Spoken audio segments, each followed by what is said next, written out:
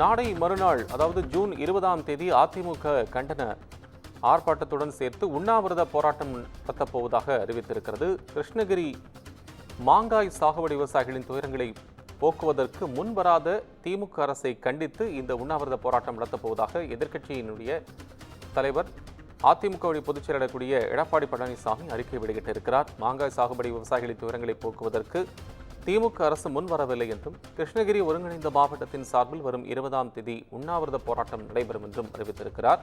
கிருஷ்ணகிரி பேருந்து நிலையம் அருகே ஜூன் 20ஆம் தேதி காலை 9 மணி முதல் 5 மணி வரை மாலை இந்த போராட்டம் நடைபெறுவதாகவும், மாம்பழத்தின் விலையில் கடும் வீழ்ச்சி ஏற்பட்டதால் மாம்பழ கூழ் கொள்முதல் செய்யப்படவில்லை என்றும் உள்ளிட்ட பல்வேறு தகவல்களையும் அது அறிக்கையில் சுட்டிக்காட்டியிருக்கிறார்.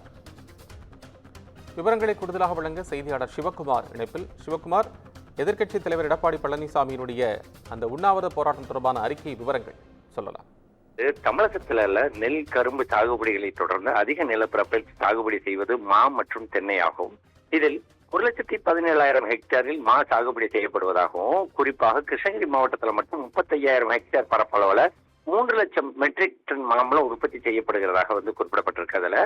அதுல 2 லட்சம் மெட்ரிக் டன் மாம்பழத்துல மாம்பழக்கூழ் தயாரிக்கப்படுகிறதுன்னும், இந்த ஆண்டு மாங்காய் மற்றும் மாம்பழத்தின் விலையில் கடும் வீழ்ச்சி ஏற்பட்டதால மாம்பழக்கூழ் தயாரிக்க மாம்பழங்களை கொள்முதல் செய்வதில் பெரும் பின்னடைவு இருப்பதாகவும், கிருஷ்ணகிரி மாவட்ட மா விவசாயிகள் பெரும் துன்பத்திற்கு ஆளாகி உள்ளதாகவும் குறிப்பிடப்பட்டிருக்கு.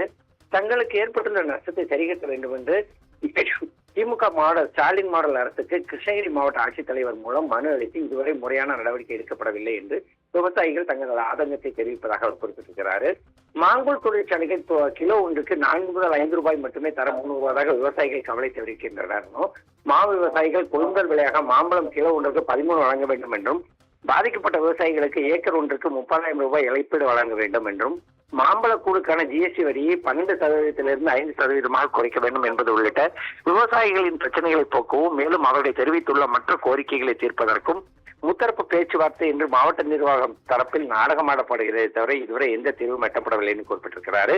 எனவே கிருஷ்ணகிரி மாவட்டம் உள்ளிட்ட தமிழகம் முழுவதும் மா பயிரிட்டுள்ள விவசாயிகளின் நியாயமான கோரிக்கைகளை உடனடியாக தீர்த்து வைக்க இந்த திமுக அரசின் ஸ்டாலின் மாடல் அரசை வலியுறுத்தி அனைத்து இந்திய அண்ணா திமுக முன்னேற்ற கழக ஒருங்கிணைந்த கிருஷ்ணகிரி மாவட்டத்தின் தரப்பில் 20/6/2025 வெள்ளிக்கிழமை என்று காலை 9 மணி முதல் 5 மணி வரை கிருஷ்ணகிரி பேருந்து நிலையம் அருகே மாபெரும் உண்ணாவிரத போராட்டம் நடைபெறும் அதில் அறிவிக்கப்பட்டிருக்கு.